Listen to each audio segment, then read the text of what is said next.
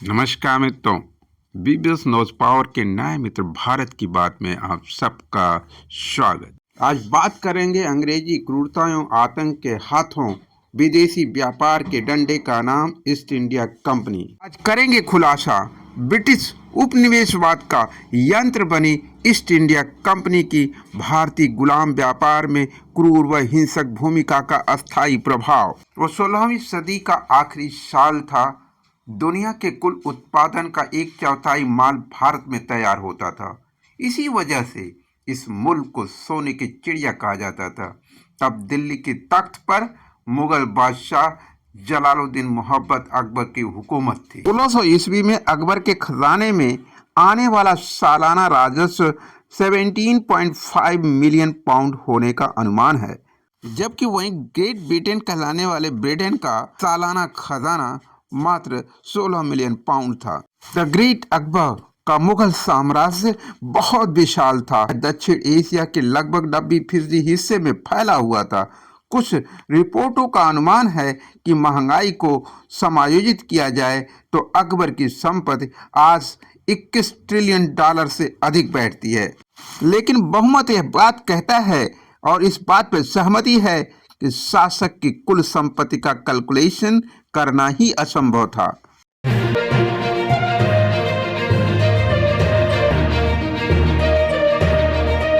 जो कमोबेश करीब अमेरिका की पूरी अर्थव्यवस्था के बराबर है, उस वक्त भारत को सोने की चिड़िया बोला जाता था। उसका कारण यही था। उसी दौर में ब्रिटेन गृह युद्ध से उबर रहा था।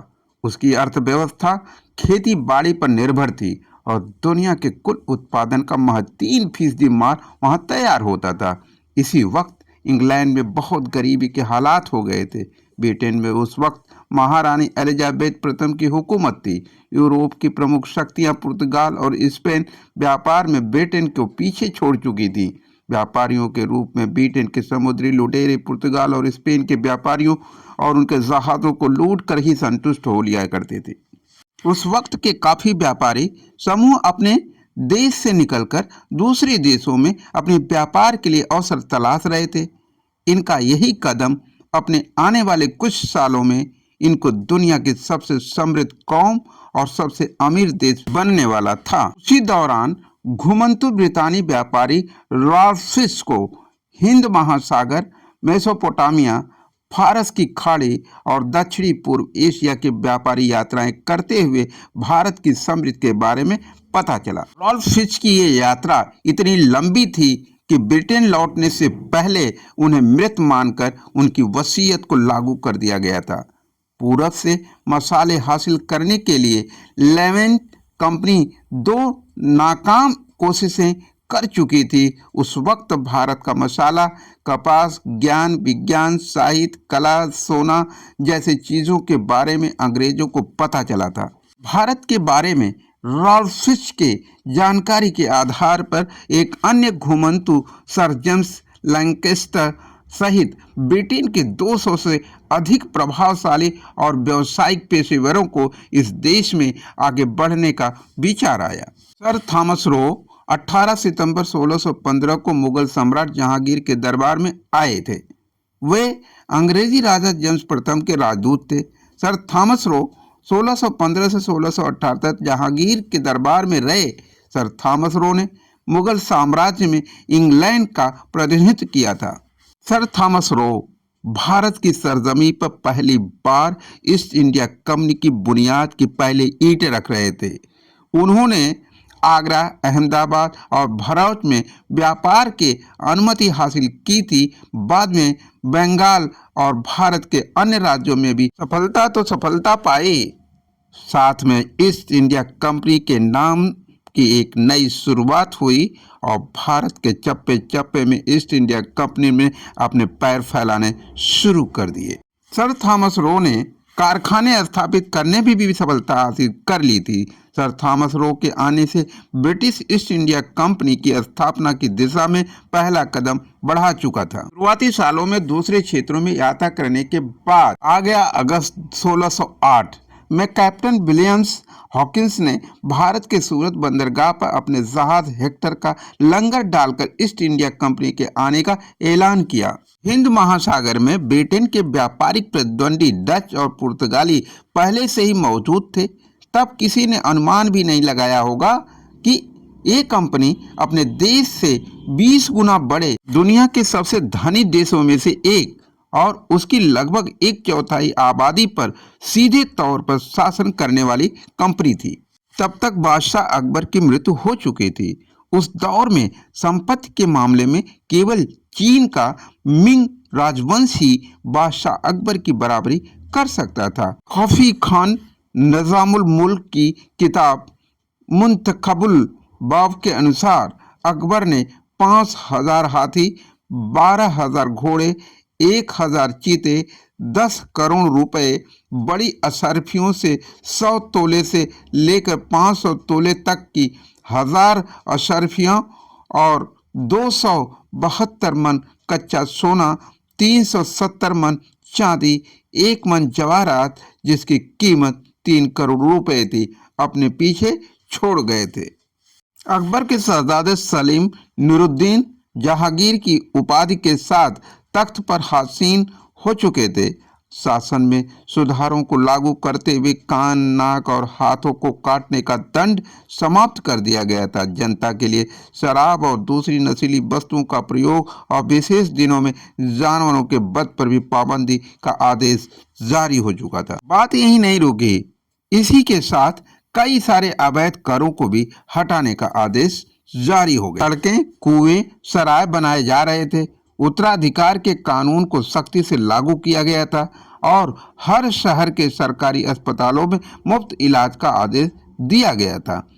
फरियादियों को फरियाद के लिए महल की दीवार से न्याय की एक जंजीर लटका दी गई थी। आप चाहें तो एक जीवन तुलना भी कर सकते कि उस वक्त गुलामों के ऊपर अंग्रेजों का जो बर्बरतापूर्ण उनके सिपाहियों का अत्याचार था, क्या आज के छात्रों पर भी वही बर्बरतापूर्ण, वही खाकी वर्दी का अत्याचार क्या आपको एक नए युग की शुरुआत का संकेत नहीं दे रहा? क्रूरता और अज्ञानता के बीच में कितना फर्क विचार अवश्य करें। क्या अज्ञानता का अंधकार अंग्रेजों की क्रूरता से भी ज्यादा खतरनाक है? उसका परिणाम आज का वर्तमान महंगाई और बेरोजगारी का दर्द, लोन से पेट भरने का प्रयास और लोन के अंधकार में डूब जाने के लिए पूरे परिवार को अंधकार में ढकेल देने का दर्द, क्या उस पीड़ा से भी ज्यादा खतरनाक नहीं? एक कैसा स्वराज। विश्वविख्यात इतिहासकार विलियम डेलरिम्पल के अनुसार हॉकिंस को जल्द ही एहसास हो गया कि 40 लाख मुगलों की सेना के साथ वैसा युद्ध नहीं किया जा सकता जैसा कि उस समय यूरोप में हो रहा था। के पैतड़े बदलने वाले थे। बस इसी नजरिए से यहाँ से मुगल बादशाह की इजाजत के साथ साथ सहयोग की भी जरूरत थी। हॉकिंस 1 वर्ष के भीतर मुगल राजधानी आगरा पहुंचा। कम पढ़े लिखे हॉकिंस को जहांगीर से व्यापार की अनुमति प्राप्त करने में असफलता ही मिली। उसके बाद संसद के सदस्य और राजदूत सर थॉमस रो को शाही दूत के रूप में भेजा गया। सर थॉमस रो 1615 में मुगल राजधानी आगरा पहुंचे। उन्होंने राजा को बहुमूल्य उपहार भेंट किया, जिसमें शिकारी कुत्ते और उनकी पसंदीदा शराब भी शामिल थी। 3 साल तक लगातार अनुनय विनय के बाद सर थॉमस रो को इसमें सफलता मिली। जहांगीर ने ईस्ट इंडिया कंपनी के साथ एक व्यापारिक समझौते पर हस्ताक्षर किए। समझौते के तहत कंपनी और ब्रिटेन के सभी व्यापारियों को उपमहाद्वीप के प्रत्येक बंदरगाह पर खरीदने और बेचने के लिए जगहों के इस्तेमाल की इजाजत दी गई। बदले में यूरोपीय उत्पादों को भारत को देने का वादा किया गया था, लेकिन तब वहां बनता ही क्या था। तब तय किया गया कि कंपनी के जहाज राजमहल के लिए जो भी प्राचीन वस्तुएं और उपहार लाएंगे उन्हें शहर स्वीकार किया जाएगा। कंपनी के व्यापारी मुगलों की रजामंदी से भारत से सूत, नील, पोटेशियम नाइट्रेट और चाय खरीदते, विदेशों में उन्हें महंगे दामों पर बेचते। और खूब मुनाफा कमाते। कंपनी की पूंजी का आधार व्यापारिक पूंजी था। कंपनी जो भी वस्तु खरीदती उसका मूल्य चांदी देकर अदा करती, जो उसने 1621 से 1843 तक स्पेन और संयुक्त राज्य अमेरिका में दासों को बेचकर जमा किया था। आ गया सन 1670। ब्रिटिश सम्राट चार्ल्स द्वितीय ने ईस्ट इंडिया कंपनी को विदेश में युद्ध लड़ने और उपनिवेश स्थापित करने की अनुमति दे दी। ब्रिटिश सेना के सशस्त्र बलों ने अपने पहले भारत में पुर्तगाली, डच और फ्रांसीसी प्रतिद्वंदियों का मुकाबला किया और अधिकांश युद्ध जीते। धीरे धीरे उसने बंगाल के तटीय क्षेत्र को अपने नियंत्रण में ले लिया। लेकिन 17वीं शताब्दी में मुगलों से केवल एक बार उनका आमना सामना हुआ था। अब आ गया 1681। कंपनी के कर्मचारियों ने कंपनी के निदेशक सर चाइल्ड से शिकायत की कि बंगाल में मुगल बादशाह औरंगजेब आलमगीर के भांजे नवाब शाइस्ता खान के अधिकारी उन्हें कर और अन्य मामलों में परेशान करते हैं। सर चाइल्ड ने सैन्य सहायता के लिए अपने सम्राट को पत्र लिखा। इसके बाद 1686 में 19 युद्धपोतों, 200 तोपों और 600 सैनिकों वाला एक नौसैनिक बेड़ा लंदन से बंगाल की ओर रवाना हुआ। मुगल बादशाह की सेना भी तैयार थी, इसलिए युद्ध में मुगलों की जीत हुई। 1695 में ब्रितानी समुद्री डाकू हेनरी एवरी ने औरंगजेब के समुद्री जहाज़ों फतेह मुहम्मद और गुलाम सवाई को लूट लिया। इस खजाने की कीमत लगभग 6 से 7 लाख ब्रिटिश पाउंड थी। इतिहासकार विलियम डेलरिम्पल का कहना है कि ब्रितानी सैनिकों को मुगल सेना ने मक्खियों की तरह मारा। बंगाल में कंपनी के 5 कारखाने नष्ट कर दिए गए और सभी अंग्रेजों को बंगाल से बाहर निकाल दिया गया। सूरत के कारखाने को बंद कर दिया गया और बंबई में भी उनका यही हाल किया गया। कंपनी के कर्मचारियों को जंजीरों में जकड़कर शहरों में घुमाया गया और अपराधियों की तरह उन्हें अपमानित किया गया। कंपनी के पास माफी मांगने और अपने कारखानों को वापस पाने के लिए राजा के दरबार में भिखारियों की तरह उपस्थित होने के अलावा और कोई विकल्प नहीं बचा। ब्रिटिश सम्राट ने आधिकारिक रूप से हेनरी एवरी की निंदा की और मुगल बादशाह से माफी मांगी। औरंगजेब आलमगीर ने 1690 में कंपनी को माफ कर दिया। 17वीं सदी के उत्तरार्ध में ईस्ट इंडिया कंपनी चीन से रेशम और चीनी मिट्टी के बर्तन खरीदती थी। सामान का भुगतान चांदी में करना पड़ता था, क्योंकि उनके पास कोई भी ऐसा उत्पाद नहीं था जिसकी चीन को आवश्यकता हो। इसका एक उपाय निकाला गया। बंगाल में पोस्ते की खेती की गई और बिहार में अफीम का निर्माण करने के लिए कारखाने लगाए गए और इस अफीम को तस्करी के जरिए चीन पहुंचाया गया। उस समय तक चीन में अफीम का बहुत कम उपयोग किया जाता था। ईस्ट इंडिया कंपनी ने चीनी एजेंटों के माध्यम से लोगों के बीच अफीम को बढ़ावा दिया। कंपनी ने अफीम के व्यापार से रेशम और चीनी के बर्तन भी खरीदे और मुनाफा भी कमाया।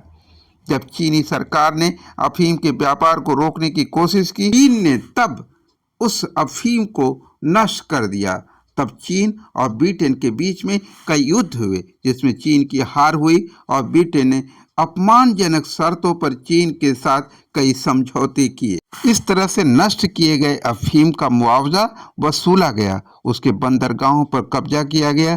हांगकांग पर ब्रिटिश आधिपत्य इसी श्रृंखला की एक कड़ी थी। जब चीनी सरकार ने विरोध में महारानी विक्टोरिया को पत्र लिखकर अफीम के व्यापार को रोकने में मदद करने की अपील की, तो उस पत्र का कोई भी जवाब नहीं आया। आ गया सन 1707। बादशाह औरंगजेब की मृत्यु के बाद विभिन्न क्षेत्रों में लोग एक दूसरे के खिलाफ हो गए।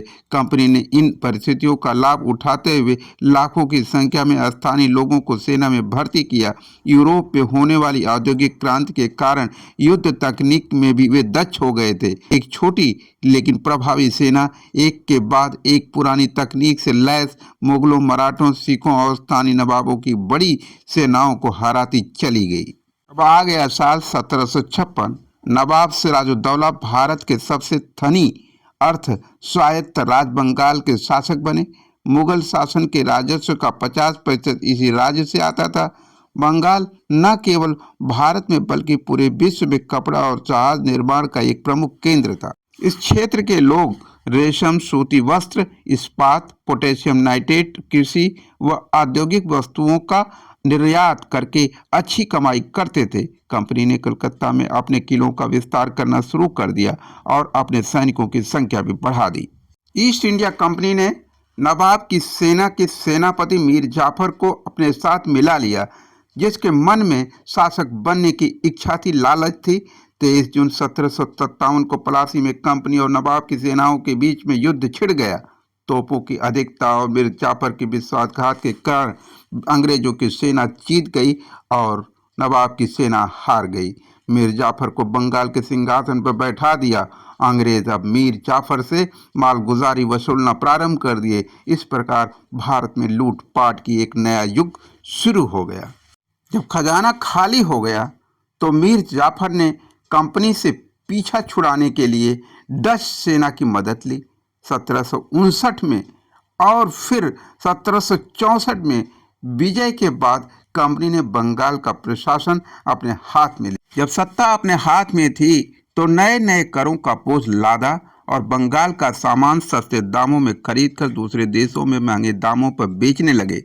स्कॉलर वजाहत वसूद लिखते हैं कि 18वीं शताब्दी के पूर्वार्ध में बेतानी व्यापारी चांदी के सिक्के देकर भारतीयों से कपास और चावल खरीदते थे। प्लासी की लड़ाई के बाद ईस्ट इंडिया कंपनी ने वित्त और राजस्व की प्रणाली की सहायता से भारत के साथ व्यापार पर एकाधिकार स्थापित कर लिया। यह व्यवस्था की गई थी कि भारतीयों से प्राप्त राजस्व का लगभग 1/3 भारतीय उत्पादों को खरीदने में खर्च किया जाएगा। भारत में अन्य उद्योगों की तुलना में कपड़ा उद्योग काफी बेहतर स्थिति में था। भारत से सूती और ऊनी कपड़े, साल, मलमल और कसीदाकारी का निर्यात किया जाता था। अहमदाबाद अपने रेशम और रेशम पर किए जाने वाले सोने चांदी के काम के लिए दुनिया भर में मशहूर था। 18वीं सदी में इंग्लैंड में इन कपड़ों की इतनी अधिक मांग थी कि सरकार को इन पर रोक लगाने के लिए भारी कर लगाना पड़ा। कपड़ा बुनाई के अलावा लोहे के काम में भी भारत काफी प्रगति कर चुका था। लोहे से बना सामान भारत से बाहर भेजा जाता था। मुगल बादशाह औरंगजेब के शासनकाल के दौरान मुल्तान में जहाजों के लिए लोहे का लंगर बनाया जाता था। बंगाल ने जहाज निर्माण में काफी प्रगति की। मुगलिया शासन के अंतिम दौर में शासकों द्वारा जनता का खून निचोड़कर जो धन संपदा एकत्र की जाती थी, वह शाही परिवार की विलासिता में खर्च होता था। मुगल शहजादे, जिन्हें सुल्तान कहा जाता था, वे अपने आलस, निष्क्रियता, कायरता और विलासिता के लिए विख्यात थे। इतिहासकार डॉक्टर मुबारक अली अपनी पुस्तक में लिखते हैं, आखिरी अहद का मुगलिया हिंदुस्तान में लिखते हैं कि सन 1948 में नृत्य और सरोद की महफिलों में सब कुछ लुटाकर दाद देने वाले नाकारा सुल्तानों की संख्या 2104 तक पहुंच गई थी। शाह आलम का बेटा अकबर भी कामुकता में अपने बाप से कम नहीं था। 18 वर्ष की आयु में वह 18 बेगमों का शौहर था। 18वीं शताब्दी में 1769 से 1773 तक बिहार से लेकर बंगाल तक का दक्षिणी क्षेत्र अकाल से प्रभावित था। एक अनुमान के अनुसार अकाल से लाखों लोगों की मौत हुई। गवर्नर जनरल वॉरेन हेस्टिंग्स की एक रिपोर्ट के अनुसार 1/3 आबादी भूखमरी से मर गई। केवल मैसूर के सुल्तान टीपू सुल्तान ने फ्रांस के तकनीकी सहयोग के साथ कंपनियों का वास्तविक प्रतिरोध किया और कंपनी को 2 युद्धों में हराया भी। लेकिन भारत के अन्य शासकों को अपने साथ मिलाकर टीपू सुल्तान पर भी काबू पा लिया गया। जब कंपनी के गवर्नर जनरल लॉर्ड वेलेस्ली को 1799 में टीपू की मृत्यु की सूचना प्राप्त हुई तो उसने अपना गिलास हवा में उछालते हुए कहा कि आज मैं भारत की लाश पर जश्न मना रहा हूं। वेलेस्ली कौन और टीपू सुल्तान कौन? टीपू सुल्तान भारत का बादशाह, मुगलिया सुल्तान, मुसलमान, वही मुसलमान जिसके पूर्वजों के भारतीय गौरव और उसकी आर्थिक शक्ति का लोहा आज भी चर्चा हो में आ रहा था कि भारत सोने की चिड़िया था। वो कौन था? द ग्रेट अकबर था। ग्रेट अकबर की उस आर्थिक सत्ता के सामने भारत का सोने की चिड़िया का गौरव प्राप्त हुआ। उसके बाद टीपू सुल्तान की मृत्यु पर उसकी लाशों पर नहीं, बल्कि भारत की लाशों पर जश्न मनाने का जो दुस्साहस दिखाया, क्या भारतीय अस्मिता और भारत के स्वाभिमान पर एक बदनुमा धब्बा नहीं है क्या? मुस्लिम बादशाह अकबर ही था जिसकी आर्थिक प्रबंधन और आर्थिक समृद्धि सारी दुनिया में भारत को सोने की चिड़िया होने का गौरव दिया। वो दुनिया का दूसरा बादशाह ही था टीपू सुल्तान, मुस्लिम सुल्तान, जिसकी मौत पर भारत की लाशों पर जश्न मनाने का दुस्साहस दिखाने वाले अंग्रेजी सुल्तान ही थे। क्या हम भारतीय हैं, या हम भारतीय हो के भी अंग्रेजों से भी ज्यादा क्रूर हैं, जो खुद अपने भारत के लोगों को और पूरी भारतीयता को कमजोर करने और उसकी तिरस्कार करने में लगे हुए हैं? दुर्भाग्य है ऐसी आवाज, ऐसी बातें, ऐसी सोच जो देश को तोड़ने और कमजोर करने का दुस्साहस कर रही है। अब आ गया साल 1813। ब्रिटिश संसद ने भारत में व्यापार पर ईस्ट इंडिया कंपनी के एकाधिकार को समाप्त कर दिया और अन्य ब्रिटिश कंपनियों को व्यापार करने और कार्यालय खोलने की अनुमति दे दी। यानी गिद्ध की तरह से पूरे भारत के टुकड़े टुकड़े को, एक एक इंच को शोषण करने का एक जाल बिछाया जा रहा था और परिणाम हुआ किसानों की आय पर 66% कर लगा दिया गया, जो मुगलों के समय सिर्फ 40% था। यही नहीं रुके, उन्होंने नमक जैसी चीजों पर भी, जो दैनिक उपयोग की वस्तुएं थी, उन पर भी इतना कर लगा दिया कि लोग नमक जैसी चीज को भी खाने में कमी कर दिया और परिणाम हुआ कि लोग अस्वस्थता के शिकार हुए और उस अस्वस्थ बुरे प्रभावों के चलते न जाने कितने लोग लू से होने वाली मौतों में उल्लेखनीय वृद्धि हो गई। ईस्ट इंडिया कंपनी के एक निदेशक हेनरी जॉर्ज टकर ने 1823 में लिखा कि भारत को एक औद्योगिक देश की जगह एक कृषक देश में बदल दिया गया ताकि ब्रिटेन में निर्मित सामान भारत में बेचा जा सके। ब्रिटिश संसद द्वारा एक कानून पारित कर ईस्ट इंडिया कंपनी से व्यापार करने का अधिकार छीन लिया गया और इसे एक सरकारी निगम में बदल दिया गया। विलियम डेलरिम्पल ने अपनी किताब the anarchy, the relentless rise of the east India company में लिखा है कि ये इतिहास का एक अनूठा उदाहरण है जिसमें 18वीं शताब्दी के मध्य में एक निजी कंपनी ने अपनी थल सेना और नौसेना की मदद से 20 करोड़ की आबादी वाले एक देश को गुलाम बना दिया था। क्या उस वक्त भारतीयों की आबादी बहुसंख्यक नहीं थी? उस वक्त भी भारतीयों की आबादी ही बहुसंख्यक थी, लेकिन जिसके नेतृत्व में भारत सोने की चिड़िया था, वो नेतृत्व ही था जो सबसे पहले अपनी शहादत के लिए खड़ा था, जिसका इतिहास भारत को गौरवान्वित करता है। क्या इस पूरी स्टोरी में उस सत्य का खुलासा नहीं हो जाता? पर्दे के पीछे छुपे ब्रिटिश हुकूमत, ब्रिटिश उपनिवेशवाद का यंत्र बनी ईस्ट इंडिया कंपनी की भारतीय गुलाम व्यापार में क्रूर व हिंसक भूमिका का अस्थायी प्रभाव आज भी भारतीय इतिहास के राजनीतिक चरित्रों में दिखाई दे रहा। कंपनी ने सड़कें बनवाई, पुल बनवाए, सराय का निर्माण किया, रेल चलाई, मगर आलोचकों का कहना है कि इन परियोजनाओं में जनता को परिवहन की सुविधाएं तो दी, लेकिन इसका असली उद्देश्य कपास, रेशम, अफीम, चीनी और मसालों के व्यापार को बढ़ावा देना था। 1857 के गदर के दौरान कंपनी ने अपने विद्रोहियों को कुचलने के लिए हजारों लोगों को बाजारों में, सड़कों पर लटकाकर मार डाला, बहुत से लोगों को कुचल डाला। ईस्ट इंडिया कंपनी यानी EIC एक अंग्रेजी और बाद में ब्रिटिश संयुक्त स्टॉक कंपनी थी, जिसका स्थापना 1600 में हुई थी, 1874 में बंद हो गई। इसका गठन हिंद महासागर क्षेत्र में व्यापार करने के लिए किया गया था। शुरुआत में ईस्ट इंडीज यानी भारतीय उपमहाद्वीप और दक्षिण पूर्व एशिया के साथ और बाद में पूर्वी एशिया के व्यापार करती रही। कंपनी ने भारतीय उपमहाद्वीप के बड़े बड़े हिस्से और दक्षिण पूर्व एशिया और हांगकांग के उपनिवेशित हिस्सों पर कब्जा कर लिया। अपने चरम पर कंपनी विभिन्न मापों से दुनिया की सबसे बड़ी निगम थी। ईआईसी के पास कंपनी के 3 प्रेसिडेंसी सेनाओं के रूप में अपनी सशस्त्र सेनाएं थीं, जिनकी कुल संख्या लगभग 2,60,000 सैनिक थे, जो उस समय ब्रिटिश सेना के आकार से 2 गुने थे। जो अपनों के नहीं हो सकते, वो दूसरों के क्या होंगे, इसी कहावत का एक थोड़ी सी झलक। ब्रिटेन से ग्रेट ब्रिटेन की शुरुआती यात्रा। नेस्बी की लड़ाई 14 जून 1645, संसद की जीत जिसकी अंग्रेजों के गृह युद्ध का निर्णायक मोड़ माना जाता।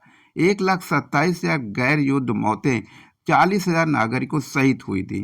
इंग्लैंड, स्कॉटलैंड और आयरलैंड के 3 राज्यों में संघर्षों में समानताएं थीं, लेकिन प्रत्येक के अपने अपने विशिष्ट मुद्दे और उद्देश्य थे।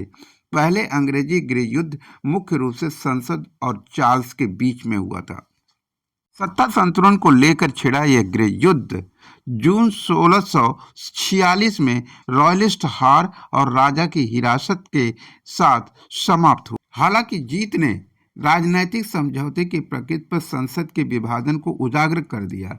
1642 में संसद के सरकार में भाग लेने के अधिकार का दावा करने के लिए अधिकांश लोग। इसके बाद एंग्लो स्कॉटिश युद्ध 3 सितंबर 1651 को वास्टर में संसदीय जीत के साथ समाप्त हुआ। आयरलैंड और स्कॉटलैंड दोनों को राष्ट्रमंडल में शामिल किया गया। 1660 में स्टुअर्ट बहाली तक ब्रिटेन एक एकात्मक राज्य बन गया। अब यही वो बिंदु था जो शुरुआत थी पूरे भारतीय उपमहाद्वीप में आतंक के तांडव की। चलते एक ऐसी लिस्ट जिसकी लंबाई तो बहुत ज़्यादा है, लेकिन कुछ झलकियाँ उस स्वराज की जो उन्हें मिली। Aden protectorate 1967, Anglo Egyptian Sudan 1956, Anglo Iceland 1931, Bahamas 1973, Bahrain 1971, Bangladesh 1971 from Pakistan. पास थोड़ी सी लिस्ट को छोटा करते हुए ब्रिटिश कैमरून 1961 में, ब्रिटिश ईस्ट अफ्रीका केन्या 1963 में, ब्रिटिश ईस्ट अफ्रीका युगांडा 1962 में, ब्रिटिश इजिप्ट 1922 में, British Guyana 1966, British Honduras Belize 1981, British India 1947, British Malaysia जिसे कहते हैं 1957, British Solomon island 1978, British Somalia जिसे कहते 1960 में, ब्रिटिश टोगोलैंड जिसे कहते 1957 में। इतिहास के पन्नों से लेके आज तक, गुलामी से लेके आज़ादी की सफ़र तक, स्वराज के असल मायने को समझने की ज़मीनी सच आपके सामने। क्या आप इन सब को जानने और समझने के बावजूद वर्तमान में आपके स्वराज पर आतंक का तांडव, बेरोजगारी और महंगाई का विनाश आपकी आंखों के सामने, आपकी पीड़ा और आपके आत्मचिंतन का हर्ष भी है? क्या आप उसे अपना पा रहे? क्या अपने देश भारत के साथ अपने स्वराज के मायने को व्यवहारिक जमीन पर उतारने के लिए कुछ कर पा रहे? यदि नहीं तो क्यों? विचार करिए। यदि हमारे प्रयासों से सहमत हैं तो चैनल को लाइक, शेयर और सब्सक्राइब सबसे पहले करिए। Thank you so much. Welcome to BBS news power.